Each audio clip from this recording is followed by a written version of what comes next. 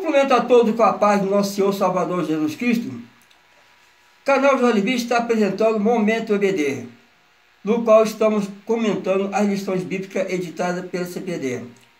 Nós estamos no terceiro trimestre de 2025, cujo tema é a Igreja de Jerusalém, doutrina, comunhão e fé, a base do crescimento em meio às perseguições. Nós estamos na lição 8, que tem por título Uma Igreja que Enfrenta os Seus Problemas. E o texto áureo: Escolhei, pois, irmãos, dentre vós 7 varões de boa reputação, cheios do Espírito Santo e de sabedoria, os quais constituamos sobre este importante negócio. Atos capítulo 6, versículo 3. E a verdade prática: uma igreja cheia de sabedoria do Espírito age sabiamente para resolver conflitos de relacionamento. E a leitura bíblica em classe está em Atos capítulo 6, versículo de 1 a 7. Nós não vamos estar lendo para poder ganhar tempo. Vamos para a introdução.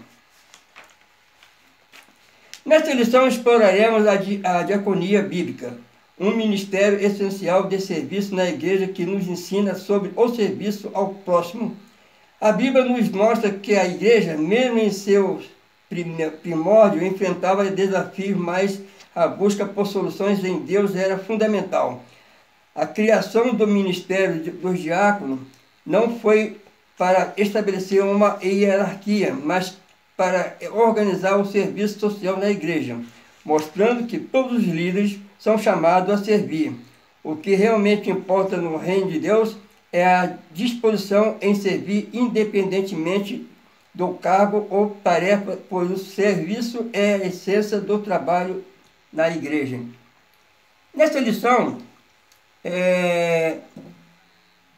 aprenderemos que uma igreja saudável não é aquela que está livre de problemas, mas sim aquela que enfrenta seus desafios com sabedoria, unidade, oração e foco na missão. Veremos que a harmonia entre o serviço espiritual e a social é essencial para o crescimento equilibrado da igreja e para a edificação do corpo de Cristo. A palavra-chave é diaconia. Vamos para o primeiro tópico.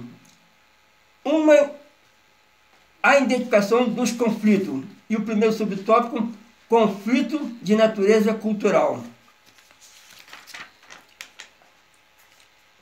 Lucas cita um conflito entre os gregos e hebreus.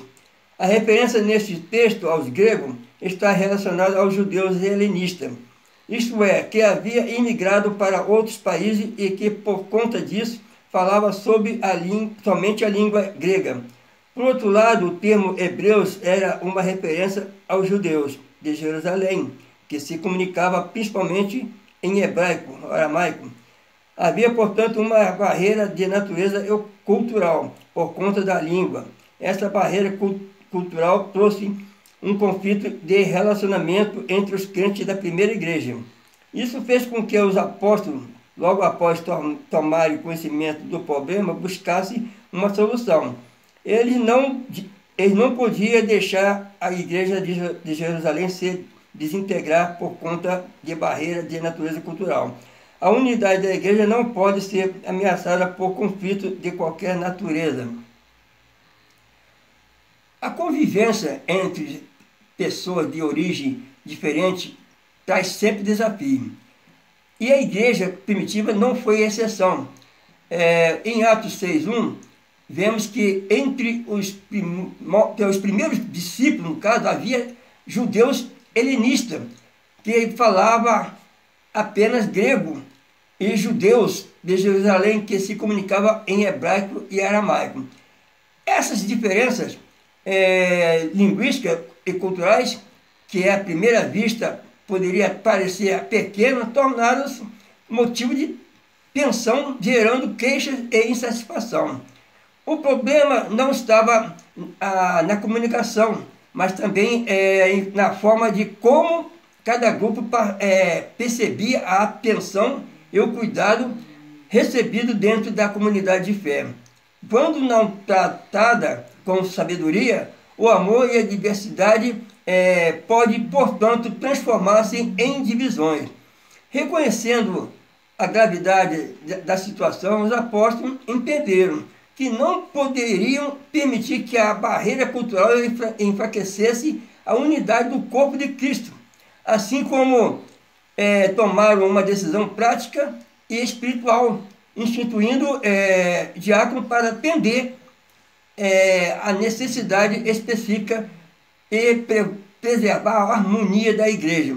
E essa atitude nos ensina que, diante do conflito, é essencial agir com rapidez, justiça e discernimento, a fim de evitar que pequenos atritos se transformem em ruptura. A unidade final é um valor fundamental no reino de Deus, pois Jesus orou para que os seus discípulos fossem um, assim como ele e o Pai são um. Está em João 17 e versículo 21. Vamos para o segundo subtópico, conflito de natureza social. Lucas explica que, em razão daquela diferença cultural, as viúvas eram desprezadas no ministério cotidiano. Aqui fica evidente a natureza social do problema. As viúvas de fala grega estavam sendo negligenciadas na distribuição diária. O conflito se instalou e precisava de solução. Fica em evidência que a igreja não é só um organismo, ela também é uma organização. Ela tem sua esfera espiritual, mas também social. Era, portanto, essa parte social que estava em desequilíbrio e precisava de cuidados. O relato de Atos 6, capítulo 1, na parte B, revela que a diferença cultural entre os grupos da igreja primitiva resultou em um problema de ordem social. As viúvas de fala grega estavam sendo negligenciadas na distribuição diária de mantimento, enquanto as viúvas dos hebreus recebiam a devida atenção. Essa situação evidenciava não apenas um descuido na assistência, mas também mostrava um grupo específico dentro da igreja que estava em situação vulnerável. Naquele tempo, as viúvas dependiam fortemente de amparo da coletividade para sobreviver, e qualquer falha nessa assistência representava um risco sério à dignidade e ao sustento delas. E esse episódio nos lembra que a igreja, além de ser um organismo vivo, guiado pelo Espírito Santo, também é uma organização que precisa funcionar com ordem, justiça e responsabilidade. A dimensão espiritual não exclui a responsabilidade social. Pelo contrário, ambas caminham junto. Em Tiago 1, versículo 7, nos ensina que a religião pura, imaculada, diante de um Deus inclui visitar os órfãos e as viúvas, nas situações, no caso, quando a cidade estiver passando necessidade. E aqui também vemos que isso significa que negligenciar o cuidado prático com o necessitado é falhar no próprio testemunho cristão.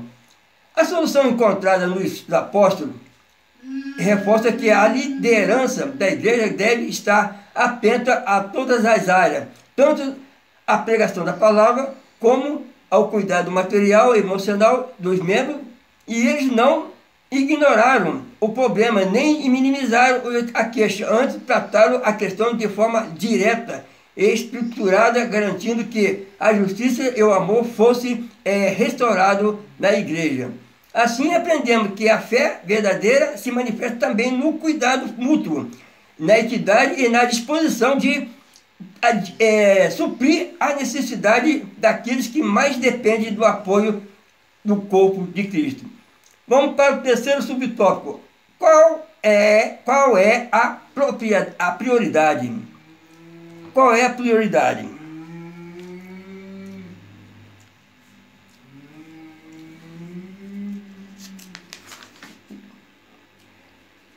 É muito comum a ideia de que o cristão deve cuidar apenas da esfera espiritual e negligenciar a social. Cria-se dessa forma um entendimento não nada bíblico, de que a primeira deve ser privilegiada e a segunda negligenciada. Assim, por exemplo, um evento musical recebe grande atenção por quanto mexe com as emoções, enquanto um trabalho social numa igreja local carente, conta com poucas adesões, e negligenciar os mais necessitados é um dos pecados denunciados tanto no Antigo Testamento quanto no Novo Testamento. Não podemos ignorar a situação social dos menos favorecidos e pensar que dessa forma estamos adorando a Deus em espírito e em verdade. A prioridade do cristão deve repetir o próprio caráter de Deus, que se preocupa tanto com o estado espiritual quanto as necessidades materiais de seu povo. Reduzir a vida cristã apenas na esfera espiritual, negligenciando a social, é distorcer o Evangelho e contrariar a Escritura. Desde o Antigo Testamento, o Senhor ordena que seu povo pratique a justiça e socorra os oprimidos. Em Isaías 58, versículo 6, Deus repreende um jejum meramente ritual, sem compaixão e sem cuidado com os necessitados, mostrando que a adoração verdadeira envolve também ações concretas em favor do próximo. No Novo Testamento, Jesus deixa claro que servir os necessitados é servir a Ele mesmo. Em Mateus 25, versículo 35 e 38, ele se identifica com os famintos, sedentos, estrangeiros, nus, enfermos e presos, afirmando que o cuidado prestado a eles, na verdade, é um ato de amor ao próprio Cristo. Portanto, separar o espiritual do social é criar uma falsa dicotomia, que não encontra respaldo na palavra de Deus. A igreja primitiva compreendeu isso ao organizar a distribuição de mantimentos e estabelecer servos para essa tarefa, garantindo que ninguém fosse esquecido. Infelizmente, ainda é comum ver maior entusiasmo em eventos que despertam emoções do que em iniciativas que exigem esforço silencioso e constante, como visitar doente, apoiar família carente ou envolver um projeto de assistência. Contudo, a verdadeira espiritualidade é evidenciada pela prática do amor. E o amor bíblico não é apenas sentimento, mas ação. Vamos para o segundo tópico, a delegação de tarefas.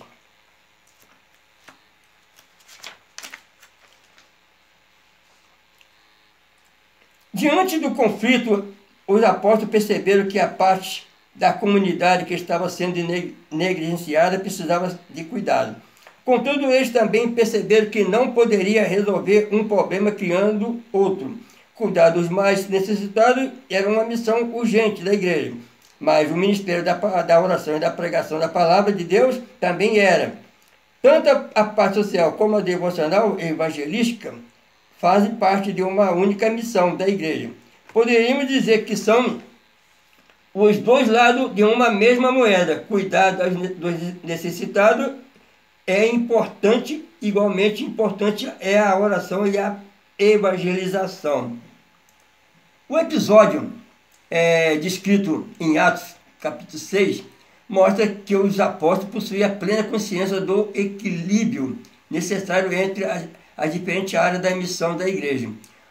Ao perceberem a negligência sofrida por parte da igreja, e reconheceram a urgência de suprir essa carência, mas entenderam que não poderia fazê-lo em detrimento de outra necessidade, igualmente vital, o ministério da oração e da pregação da palavra.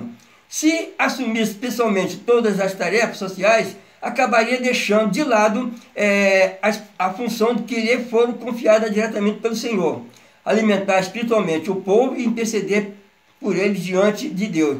A decisão dos apóstolos revela que tanto o cuidado social quanto a vida devocional evangelística não compete entre si, mas se complementam. São os dois lados de uma mesma moeda, é inseparável, indispensável.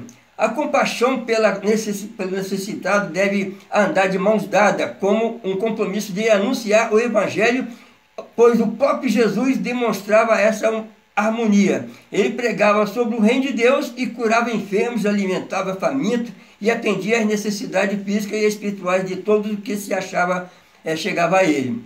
Está em Marcos capítulo 6, versículo 34, versículo 44. Ao priorizar a oração e o ensino da palavra, os apóstolos não diminuíram a importância de assistência social. Pelo contrário, eles asseguraram sua realização com excelência ao delegar a responsabilidade ao homem cheio de espírito e de sabedoria. Dessa forma, o serviço material foi desempenhado com amor, com justiça, enquanto a liderança permaneceu focada na edificação espiritual da igreja. Portanto, esse exemplo nos lembra que a missão da igreja é integral. Ela deve levar tanto o pão do céu quanto o pão da terra, cuidando da alma e do corpo, sempre para a glória de Deus e o avanço do seu reino. Vamos para o segundo subtópico. Não há conflito entre tarefas. Não podemos ler Atos 6 como se o ministério da oração e da pregação estivesse em oposição com o ministério de serviço social. Não há essa contradição, onde um é considerado mais espiritual e o outro menos. Tudo faz parte de uma única missão da igreja. Assim, se a igreja ora e prega, mas não cuida dos necessitados, ela falha em sua missão. Da mesma forma, se a igreja se torna apenas um centro social, negligenciando a oração e a pregação, ela perde sua essência, deixa de ser igreja de Cristo e por isso também falha em sua missão. O texto de Atos 6 deixa claro que não existe oposição entre o ministério da oração e da pregação e o ministério da assistência social. Ambos são parte integrante da missão de que Cristo confiou à sua igreja. Separar essas funções como se uma fosse mais espiritual do que a outra, menos, é criar uma divisão inexistente na Escritura. O mesmo Espírito que a capacita para anunciar a palavra é o que nos impulsiona a estender a mão ao necessitado. Por isso, uma igreja que ora e prega, mas não demonstra compaixão prática, falha em viver o evangelho que proclama. Da mesma forma, quando a igreja cristã se concentra apenas em atender às necessidades materiais, esquecendo-se da intercessão e do ensino da Escritura, ela perde a essência que a torna a igreja de Cristo. Jesus, nosso maior exemplo, nunca separou a proclamação do evangelho do cuidado com as pessoas. Ele curava, alimentava, acolhia, mas sempre direcionava a todos a conhecer o Pai e a viverem segundo a sua vontade. E esse equilíbrio é que dá autenticidade ao testemunho cristão e impede que a igreja se torne apenas uma instituição filantrópica ou um espaço de reuniões religiosas sem impacto real. A lição de Atos 6 nos ensina que a missão da igreja é integral: cuidar do corpo e da alma, alcançar homens por completo, demonstrando o amor de Deus, e tanto pela palavra quanto pelas obras. Quando a oração, pregação e serviço ao próximo caminha junto, a igreja reflete o caráter de Cristo e cumpre fielmente a missão que lhe foi confiada. Vamos para o terceiro subtópico: a diaconia. O parecer dos apóstolos foi que eles constituíssem pessoas habilitadas sobre o que eles denominaram de este importante negócio. É, portanto, uma referência ao serviço ou diaconia, identificado no versículo 3, como servir às mesas. A palavra diaconia tem a ver mais com a função do que com a forma. Assim, Atos 6, o que está mais em destaque é a função exercida pelos 7 diáconos, do que o cargo ou ofício ocupado por eles. O texto favorece esse impedimento. Contudo, essa narrativa bíblica fundamenta a instituição do diaconato cristão. Outro sim deve enfatizar que a diaconia era vista pelos apóstolos como um importante negócio, ou seja, algo necessário à igreja. Esse entendimento apostólico contradiz o que muitos pensam atualmente a respeito do serviço de diaconia. Infelizmente, há os que enxergam um diácono como um obreiro de classe superior, mas no contexto bíblico, a diaconia é um serviço especial onde somente pessoas especiais, isto é, com as qualificações bíblicas exigidas, podem trabalhar. O contexto favorece esse entendimento. Contudo, essa narrativa bíblica fundamentada a instituição do diaconato cristão, outro sim, devemos enfatizar que a diaconia era vista pelos apóstolos como um importante negócio, ou seja, algo necessário à igreja.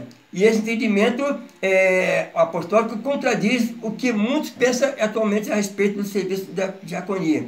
Infelizmente, há o que enxerga um diaconato como um obreiro de classe inferior. Mas no contexto bíblico, a diaconia é um serviço especial, onde somente pessoas especiais, isto com as qualificações bíblicas exigidas, podem trabalhar. Em Atos 6,3, os apóstolos reconhecem que a solução para o conflito na igreja estava na escolha de homens capacitados para cuidar do que chamaram de este importante negócio. A expressão se refere a serviço ou diaconia, que no contexto significa atender às necessidades práticas da igreja, descrito como servir às mesas. Então a ênfase, portanto, não estava na posição ou no título, mas na função desempenhada. Então o foco estava no trabalho e não no prestígio. Então isso nos ajuda a compreender que o serviço cristão é medido mais pelo compromisso e pela fidelidade do que pela visibilidade.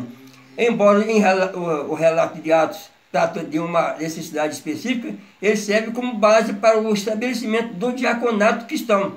A função de diácono é essencial para o bom funcionamento da igreja, pois assegura que as necessidades materiais e sociais sejam atendidas sem comprometer o ministério da oração e da palavra. Para os apóstolos, a diaconia era uma tarefa de grande valor, digna de ser confiada apenas às pessoas cheias do Espírito Santo e de sabedoria, como o próprio texto destaca. Isso confronta a visão distorcida de que o diácono seria obreiro de menor importância. Na perspectiva bíblica, servir é uma honra e uma demonstração de caráter do Cristo, e que veio não para ser servido, mas para servir.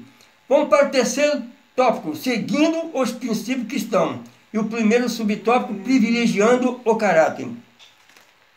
Nas exigências das qualificações exigidas para o exercício do diaconato, o caráter ganha ênfase. Escolhei, pois, irmãos, dentre vós, 7 varões de boa reputação, cheios do Espírito Santo e de sabedoria, os quais constituamos sobre este importante negócio. Aquele que iria cuidar das mesas deveria ser pessoa de boa reputação. A palavra boa reputação traduz o termo de martirel, que significa testemunha ou mártir. Quer dizer, uma pessoa autêntica, honesta, correta, que não negocia valores para exercer a função da diaconia. Às vezes pensamos que essas exigências eram apenas para dias bíblicos, o que evidentemente é um equívoco. Se para aqueles que se dedicam apenas em servir as mesas, isto é, os diáconos, é exigido boa reputação, então o que dizer dos pastores que cuidam de todo o rebanho? O critério aqui dos apóstolos era para escolher os 7 diáconos, mostra que o reino de Deus, no caso aqui, o caráter supera a competência técnica, né? A exigência, então, de boa reputação, então, revela que o serviço na igreja deve ser confiado à pessoa com integridade comprovada. O termo grego aqui, conforme foi lido, que fala martirel, traduzido como testemunho, aponta para a igreja para alguém cuja a vida é coerente com a fé, íntegro, digno de confiança e firme em seus princípios, mesmo diante de pressões ou perdas pessoais. Essa ênfase no caráter refuta a ideia de que as qualificações bíblicas para o serviço cristão eram apenas para os tempos apostólicos. E a palavra de Deus é atemporal. E os princípios que guiavam a igreja primitiva continuam a guiar a igreja no dia de hoje. Se até para servir às mesas era exigido um alto padrão, quanto mais para aqueles que se apacentam o rebanho. A liderança espiritual não é apenas uma função administrativa ou título honorífico, mas um chamado para representar Cristo com amor e zelo e exemplo. Então, o serviço cristão em qualquer nível exige vida limpa, testemunho irrepreensível, maturidade espiritual. Então, é uma igreja que valoriza o caráter da escolha de seus líderes e obreiros, protege sua integridade, fortalece sua credibilidade e honra no nome do Senhor. Afinal, mais do que dons e habilidade, Deus procura corações retos e vidas santas para realizar a sua obra. Chegamos agora no segundo subtópico, exercitando os dons. Essas pessoas encarregadas da diaconia da igreja, além da exigência de boa reputação, deviam ser cheias do Espírito Santo e de sabedoria. Defender a boa ortodoxia, isto é, a doutrina correta, era importante, mas incompleto. Era necessário que essas pessoas também fossem cheias do Espírito Santo e de sabedoria.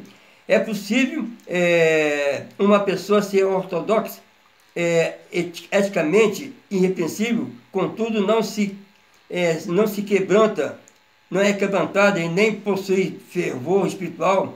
Da mesma forma é possível uma pessoa exercitar os dons espirituais, contudo não ter sabedoria nenhuma. Uma coisa não pode funcionar sem a outra. O ideal de Deus é que o cristão viva corretamente exercitando os dons espirituais com a sabedoria no exercício da diaconia. A escolha dos 7 para a diaconia deixou claro que o serviço cristão exige mais do que uma boa conduta moral. Além de boa reputação, era essencial ser cheio do Espírito Santo e de sabedoria. Isso mostra que no reino de Deus não basta apenas ter doutrina correta e ser eticamente irrepreensível. É necessário também sensibilidade espiritual, quebrantamento e dependência do Senhor. A ortodoxia sem o poder do Espírito Santo se torna fria e sem vida, enquanto os dons espirituais sem sabedoria podem gerar confusão e prejudicar a comunhão da igreja. A sabedoria, então, mencionada aqui, vai além do conhecimento humano ou habilidade administrativa. Refere-se à capacidade de aplicar os princípios de Deus nas situações e práticas, agindo com discernimento, equilíbrio. O Espírito Santo é quem capacita para servir com amor e humildade, evitando que o serviço se transforme em mero ativismo em busca de reconhecimento.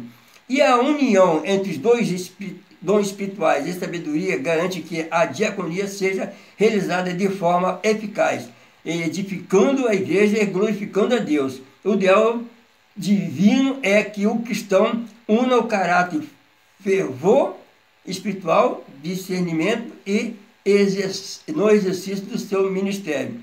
Quando a conduta é irrepreensível, se alia à plenitude do Espírito, e a sabedoria vindo do alto, o serviço não apenas supre as necessidades materiais, mas também se torna um canal de bênção espiritual, fortalecendo a unidade e testemunho do corpo de Cristo. Assim, a diaconia cumpre o seu verdadeiro propósito, servir de maneira que reflita o coração do próprio Senhor Jesus Cristo. Chegamos na conclusão.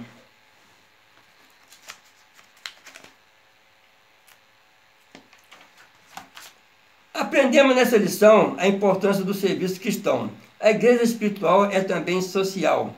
Devemos nos dedicar tanto ao ministério da oração e pregação, como também à assistência ao mais necessitado. A igreja que cuida da alma também deve cuidar do corpo de Deus. O corpo de Deus não é glorificado na desgraça de ninguém. Se há um necessitado em nosso meio, devemos considerar os princípios bíblicos ensinando nessa passagem da Escritura para alcançá-lo. Assim, a igreja cresce como igreja de Deus e o Senhor é glorificado.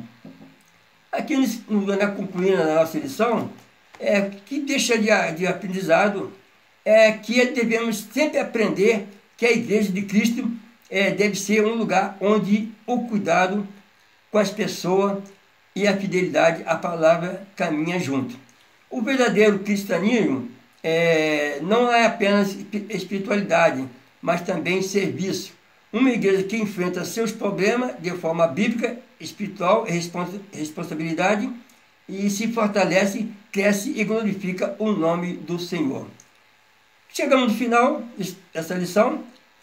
É uma lição muito edificante e cada vez mais possamos estar conscientes do que a igreja tem um papel fundamental, não espiritual, somente espiritualmente, mas socialmente, e assim devemos tem que estar atento a todo esse detalhe, essa palavra que nos fortalece cada vez mais e no conhecimento da palavra de Deus. Chegamos no final, Deus abençoe a todos, até a próxima, assim, se Deus o permitir. Fica todos na paz de nosso Senhor Salvador Jesus Cristo. Amém.